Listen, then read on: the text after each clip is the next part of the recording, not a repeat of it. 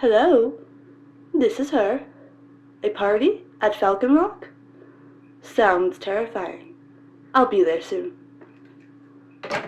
Castle. It's a fascinating place to visit, but you couldn't live here. Not for very long, anyway. Hello, spooky family. Welcome back to my Chamber of Horrors. In tonight's episode, we're going to groove on down to Falcon Rock. Any guesses? If you guessed the blood of Dracula's castle, then give yourself some spooky points, because that is what we are talking about today. This 1969 film was made by Al Adamson. If you don't know who he is known for his B-grade horror movies of the 60s and 70s.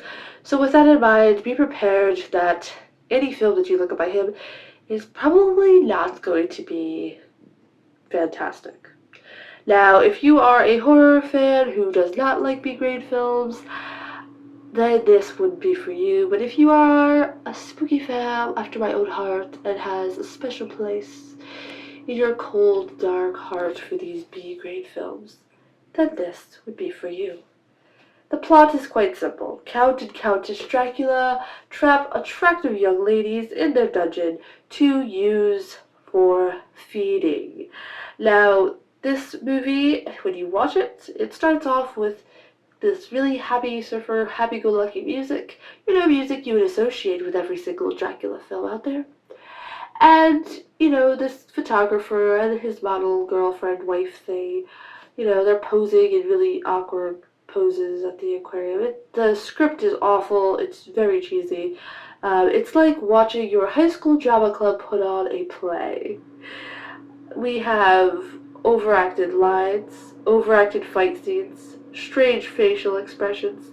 What more do you really need in a Dracula movie, might I ask? The music is weird because since the scripting is horrible and kind of short, the music kind of tugs this movie along, and I read somewhere, I'm not sure if this is true, but in reading through some things, Al Adamson wanted to do more musicals than horror. So that might be why this film has less script and more music trying to push it along. But it goes from surfer to, okay, this is a horror movie, to grandma's house when you're sick while she's watching her soap opera music. Now, also, if you tuned into this movie at just the right part and you didn't see the credits, you would honestly think that it was just a film about an eccentric old couple who had fine taste for wine. There really isn't a Dracula vibe to this movie. It's kind of more like creepy giant guy goes around fighting people and the butler is odd. And, it's like a house of eccentric people. It doesn't really get to the vampire part until, this couple, comes in and tries to take over Falcon Rock and own it. And then that's when we get to the meat of it. Yes, it's said a little bit earlier in the film, but that's when all the truth comes out. And it's supposed to be suspenseful, but it's not. And at the end, they turn into bats. And we're left on a cliffhanger. Did they really die? Or are they going to come back? So, honestly, I would actually give this film a 10 out of 10 just because I love the B-grade horror films. And without them, us small creators wouldn't have inspiration to learn a craft. I think they're very important in the horror industry, and you should definitely check it out if you do. My question to you, spooky family, is have you ever watched another one of Al Adamson's movies? Or is this the first one you ever heard of? If you do give it a look, let me know. I would love to hear from you.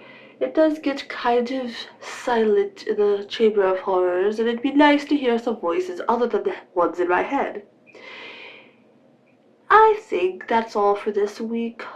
Tune in next week where we go into a look of some spooky houses. I really hope you join me and have a fantastic evening. I must go now. Partying at Falcon Rock just wears a ghoul out. Good evening.